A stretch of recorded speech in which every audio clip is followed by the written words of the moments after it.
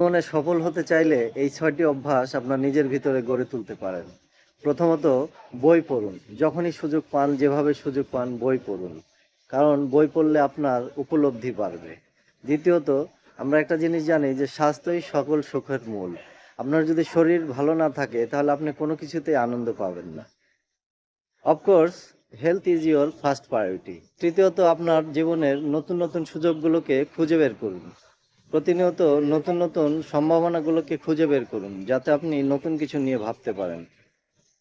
সফল হওয়ার জন্য অবশ্যই আপনাকে স্ট্রং মাইন্ডসেট থাকতে হবে।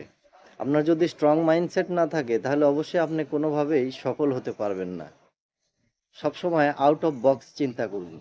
কারণ সবাই যেভাবে করছে আপনিও যদি সেভাবে করেন তাহলে সফল হওয়ার সম্ভাবনাটা অনেক কমে যায়। কাজেই এমনভাবে চেষ্টা করুন, একটু আলাদা ইউনিকভাবে চেষ্টা করুন, যেটা আপনার সফলতার পথকে আরও সহজ করে দিবে।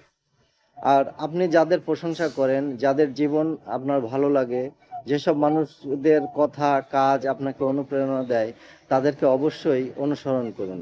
তাদের জীবন থেকে শিক্ষা গ্রহণ করুন। এই ৬টি অভ্যাস আপনাকে সফলতার দ্বারপ্রান্তে নিয়ে যেতে পারে।